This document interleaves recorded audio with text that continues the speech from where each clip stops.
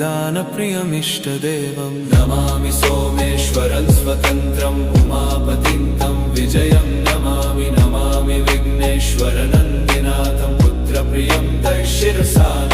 नमामि देवं भवदुःखशोकविनाशनं चन्द्रधरं नमामि नमामि गङ्गाधरमीशमीड्यमुमाधगं देववरं नमामि नमाम्यजादिशपुरन्दरादिसुरासुरैरचितपादपद्मं नमामि देवी मुखवादनानैक्षार्थमक्षित्रितयं यैष पञ्चामृतैर्गन्धसुधूपदीपैर्विचित्रपुष्पैर्विधैश्च मन्त्रैः